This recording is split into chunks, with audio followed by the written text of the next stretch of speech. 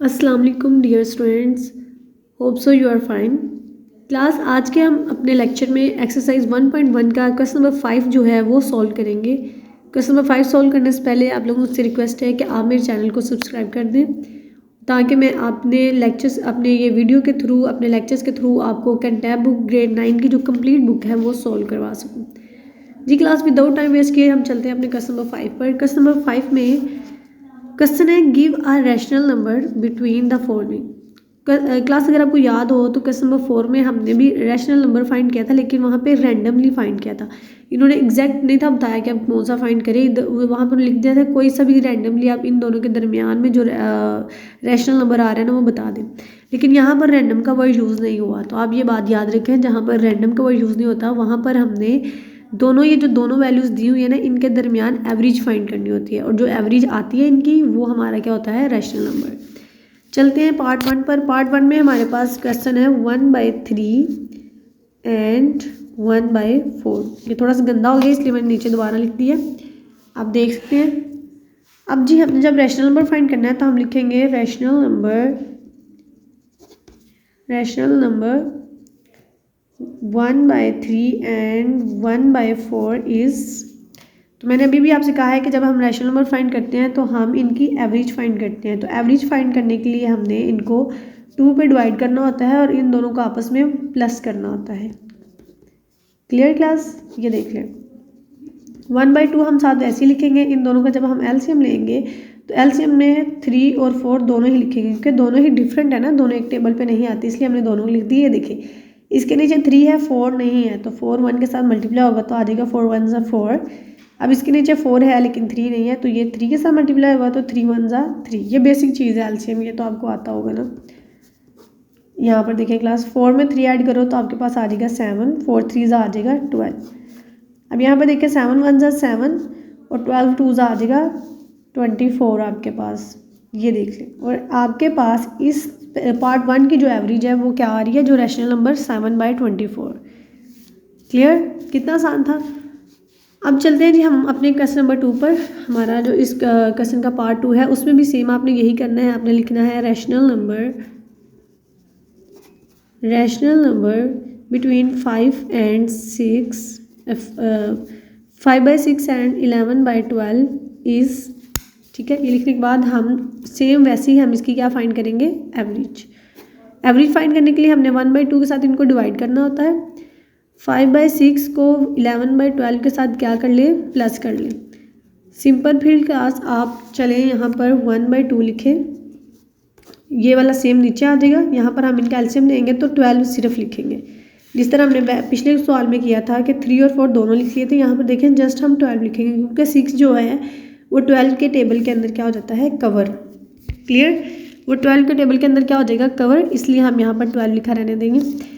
अब यहाँ पे देखें 6 का टेबल कितनी दफ़ा पढ़ेंगे, 12 आता है, तो 6 2 ज़ा 12, तो 2 को हम 5 के साथ मल्टीप्लाई कर देंगे तो 5 2 ज़ा हमारे पास 10 आ जाएगा, प्लस ये 11 ही आ जाएगा क्योंकि इसके नीचे पूरे का पूरा 12 है। नेक्स्ट मूव करेंगे क्लास, 10 में आप 11 प्लस करेंगे तो आपके पास आ जाएगा 21 और बाय 12। अब यहाँ पे देखें क्लास 21, 2 को 12 पे मल्टीप्लाई करेंगे तो आपके पास आ जाएगा 24। अब ये दोनों क्या इनकी कटिंग हो सकती है, ये दोनों कोई एक टेबल में हमारे पास आते हैं, तो हम देख लेते हैं जी। ये 3 के टेबल में देखें दोनों आ रहे हैं, 3 7 ज़ा 21, 3 8 ज़ा 24। तो हमारे पास जो इस नंबर की एवरेज होगी वो क्या है, यानी कि इसके दरमियान में आने वाला रैशनल नंबर 7/8। क्लियर? ये यहाँ से आप पूरा सवाल देख सकते हैं, ये देख लें, समझ आ गई, मैंने स्टेप बाय स्टेप आपको एक्सप्लेन कर दिया। अभी चलते हैं हम अपने क्वेश्चन 3 पर। ठीक है, क्वेश्चन 3 में भी हम अपना रैशनल नंबर फाइंड करेंगे, तो फाइंड करने से पहले हम लिख देते हैं rational number 5 -5 and -4 is. Rational number find करने से पहले हम क्या करते हैं, इन नंबर्स को 2 पर डिवाइड करते हैं और इन नंबर्स को आपस में क्या करते हैं, प्लस। क्लियर? यहाँ पर देखें दोनों इसके साथ माइनस था ना, तो 2 साइन हम एक साथ नहीं लिख सकते, इसलिए हमने इस साइन को सेपरेट करने के लिए इसकी ब्रैकेट लगा दी। अब -5 प्लस माइनस हमारे पास आ जाएगा -4 माइनस माइनस कितना हो जाएगा, -9, 5 में 4 ऐड करेंगे तो आपके पास क्या आ जाएगा 9, 1/2, ये देखें 9 1 ज़ा 9, नीचे क्या है 2 और साथ ये वाला माइनस आ जाएगा।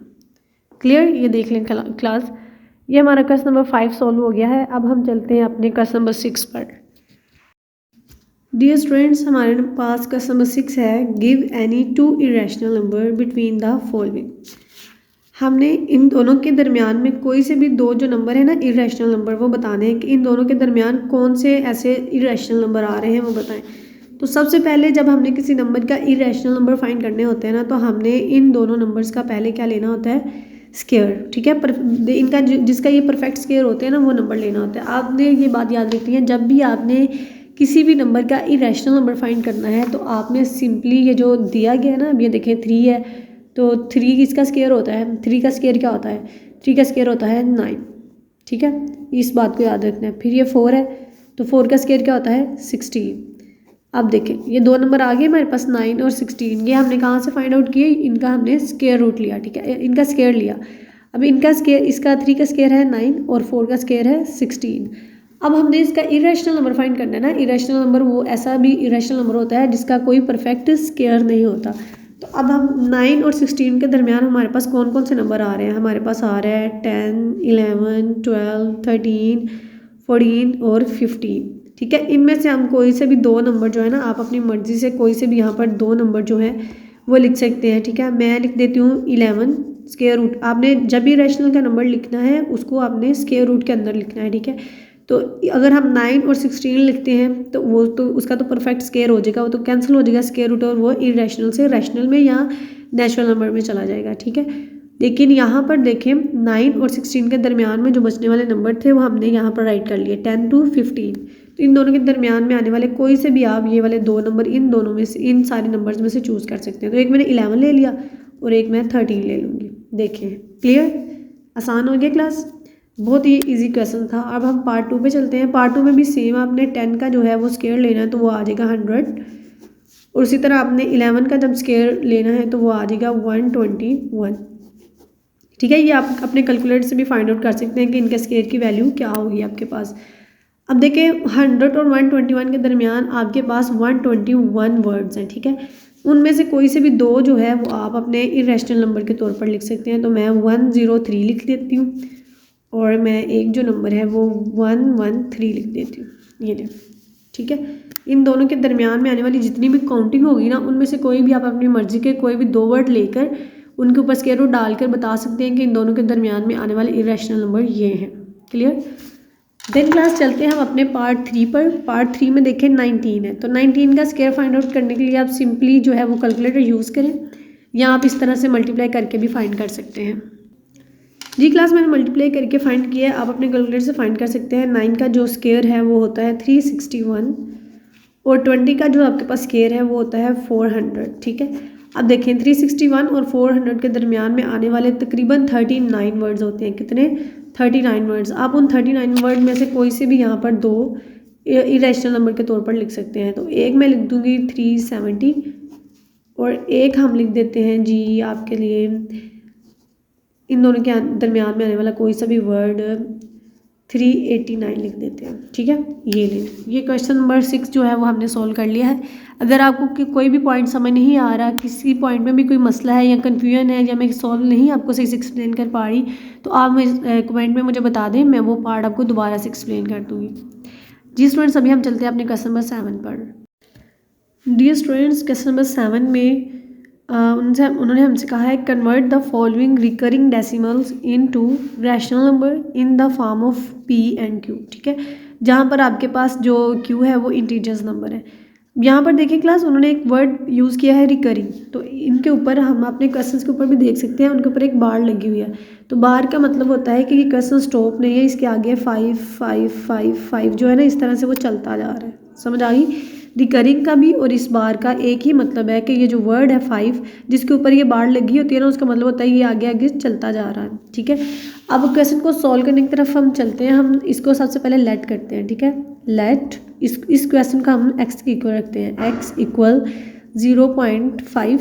अब देखिए 0.5 के ऊपर मैंने बार नहीं लगानी, मैंने क्या किया मैंने आगे 5 इस तरह से लिख दिया, ठीक है। तो इसको ओपन करके लिखा ना, चाहे आप बार लिखेंगे तो वो ये वैल्यू सारी क्लोज हो जाएगी 0.5 में, ठीक है। लेकिन जब हम ये बार ख़त्म करेंगे तो हमें इस फॉर्म में इस क्वेश्चन को लिखना पड़ेगा। तो ये हमारे पास इक्वेशन 1 आ गई। अब देखिए क्लास, हमने क्या किया यहाँ पर, आपने सबसे पहले देखना है कि यहाँ पर वर्ड्स कितने हैं। यहाँ पर जस्ट 1 वर्ड है ना, तो यहाँ इसका अगर हम पॉइंट ख़त्म करते हैं तो पॉइंट ख़त्म जब हम करेंगे, ये देखें 0.5 का जब पॉइंट ख़त्म करेंगे तो पॉइंट नीचे 1 आ जाएगा और आगे कितने डिजिट है, जस्ट 1, तो 1 0 लग जाएगा। तो क्या वैल्यू बनेगी, 10। तो जो वैल्यू यहाँ पे 10 बनती है, हमने क्या करना है, दोनों साइड पे उसको मल्टीप्लाई कर देना है। तो हम लिखेंगे multiplying by 10 of both side, clear. तो जब 10 को दोनों साइड पे मल्टीप्लाई करेंगे तो यहाँ पर x के साथ आ जाएगा 10 और यहाँ पर ये देखें पॉइंट जो एक 5 है ना वो आगे शिफ्ट हो जाएगा, इस तरह से आ जाएगा ना। आप इसको कैलकुलेटर के साथ ना मल्टीप्लाई करके देखें, आपके पास यही वैल्यू आएगी। अब देखिए ये हमारे पास बन गई इक्वेशन 2। इक्वेशन 1 वो थी जो हमने इसको ओपन करके लिखा, और इक्वेशन 2 हमारे पास आ गई जब हमने इसको 10 के साथ मल्टीप्लाई किया। अब आप सिंपली क्या करें, आप इक्वेशन 2 को माइनस कर दें इक्वेशन 1 से। तो इक्वेशन 2 ये देखिए यहाँ पे लिखेंगे हम 10x और माइनस पहली इक्वेशन के इक्वल की इस साइड पे क्या लिखा हुआ है, x। सिंपली x लिखा हुआ है तो हमने यहाँ पर क्या लिख दिया, x, क्लियर। अब देखें क्लास, यहाँ पर ये वाली जो इक्वेशन थी यहाँ पर लिखा हुआ था 5.555 सो ऑन, इसको अब हम माइनस कर रहे हैं ना 0.555 सो ऑन, ठीक है। अब देखिए ये प्लस वाली वैल्यू है, प्लस वाली वैल्यू को अगर हम पॉइंट अलग रखें और इसको हम ऐसे प्लस करके 0 पॉइंट भी डाल सकते हैं, मीन्स कि आप इस वैल्यू को ऐसे भी लिख सकते हैं 5 प्लस 0.555 सो ऑन माइनस 0.555। समझ आ गई कि ये जो डिजिट्स है ना 0.5 वाले वो इसके 5 के साथ ऐड होंगे तो फिर ही 5.555 आएगा ना। तो ये 0.555 था, ये माइनस का था और ये प्लस का, तो ये वाली पॉइंट्स इस वाले पॉइंट्स काट गए और 10 में से 1 जाएगा तो आपके पास बचेगा 9x इक्वल टू, यहाँ पर आपके पास रह गया 5। तो यहाँ पर हम जो है ये 5 के जितने भी पॉइंट्स वाली वैल्यू थी वो तो माइनस हो गए ना, ये माइनस के थे वो प्लस के वो कैंसिल हो गए, और 5 यहीं पे रहेगा, ये वाला x भी यहीं पे और 9 इसके साथ मल्टीप्लाई हो रहा है, यहाँ पर आके क्या हो जाएगा, डिवाइड। तो सिंपली आपके पास जो इसका फ्रैक्शन फॉर्म है वो आ गई x इक्वल 5/9, और यहाँ पर x को हमने किसके इक्वल लेट किया था, हमने लेट किया था x इक्वल 0.5, ठीक है। तो हम यहाँ पर लिख सकते हैं दैट इज़ कि x की जगह पर हम लिखते हैं 0.5 बार किसके इक्वल है, 5/9 के, क्लियर। ये देखिए क्वेश्चन 1 सॉल्व हो गया। इसको ध्यान से देखिए, अब बहुत इजी स्टेप है। सबसे पहले फर्स्ट स्टेप जो है वो आपने यहाँ पर करना है कि आपने लेट करना है, लेट x इक्वल 0.67 बार, ठीक है। ये हमने लेट कर लिया। लेट करने के बाद क्लास आप क्या करिए, सेकंड स्टेप में आपने क्या करना है, हमने इस बार को ओपन करना है, ठीक है। यहाँ पर ये क्लोज्ड है ना, इसको जब हम ओपन करेंगे तो ये हमारे पास आएगी x इक्वल 0.676767 इसी तरह ये चलती जाएगी, ठीक है। बार का यही मतलब है ना कि ये जो वैल्यू है वो रिपीट हो रही है आपके पास। अब देखिए फर्स्ट स्टेप में आपने इसको लेट करना था, सेकेंडली आपने इसको ओपन करके लिखना है, और थर्डली आपने क्या करना है, मल्टीप्लाइंग बाय 100। अब देखिए इस क्वेश्चन में तो मैंने 10 से मल्टीप्लाई किया था और अब इस क्वेश्चन में मैं 100 से मल्टीप्लाई कर रही हूँ।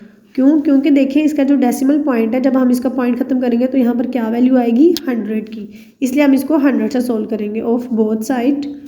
जब मल्टीप्लाई कर लेंगे तो ये देखिए x के साथ क्या आएगा हमारे पास, 100x, और यहाँ पर 67 जो है वो एक पॉइंट के आगे शिफ्ट हो जाएगा और बाकी जो वैल्यूज़ है ना वो यहाँ पे बच जाएंगी 67 इस तरह से, क्लियर। आप इसको 0.676767 को 100 के साथ मल्टीप्लाई करके देखें, आपके पास एक जो वैल्यू है ना वो आगे की तरफ शिफ्ट हो जाएगी, क्लियर।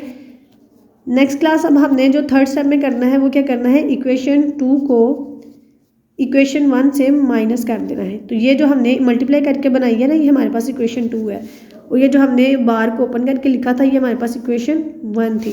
यहाँ पर देखिए इक्वेशन 2 है हमारे पास 100x माइनस यहाँ पर क्या था x इक्वल 67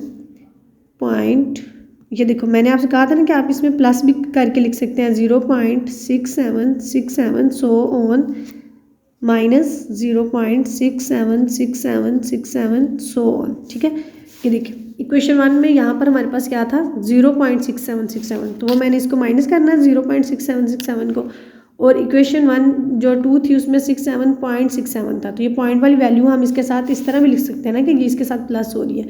अब ये देखें ये प्लस की है और ये माइनस की है, तो ये कैंसिल हो जाएगी। यहाँ पर ऊपर हमारे पास बचेगा 100 में से एक एक्स जाएगा तो क्या बचेगा 99x इक्वल यहाँ पर आ जाएगा 67, और ये जो पॉइंट्स हैं वो आपस में ख़त्म हो जाएंगे जब हम इसको माइनस करेंगे।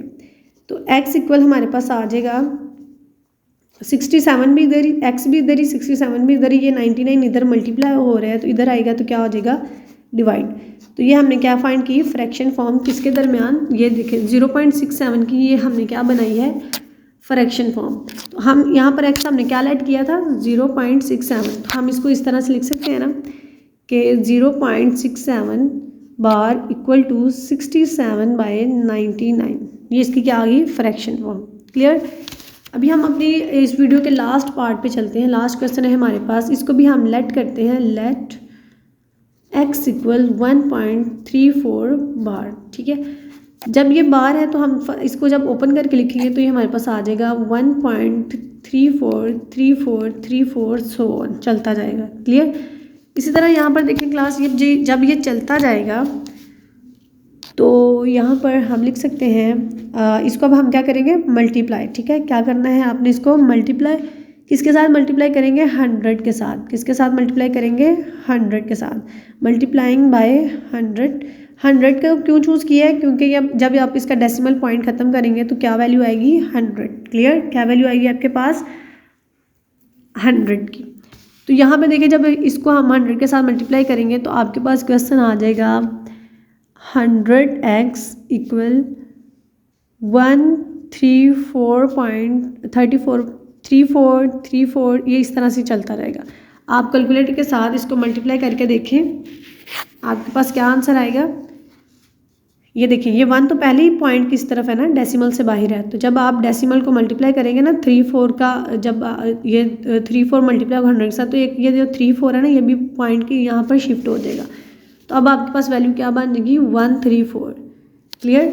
जब ये 134 वैल्यू आपके पास आ जाएगी तो आपने क्या करना है, ये आप हमारे पास थी इक्वेशन 1 और ये क्या आ गई इक्वेशन 2।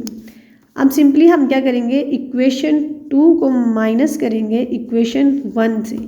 तो इक्वेशन 2 क्या थी हमारे पास जी 100x माइनस x, ये x कहाँ से आया, ये इक्वेशन 1 का जो इक्वल की साइड पे लिखा हुआ इक्वल, ये देखें इक्वेशन 2 की ये वाली वैल्यू लिखे 134, यहाँ पर हम इसको इस तरह से लिख सकते हैं ना प्लस 0.3434 सो ऑन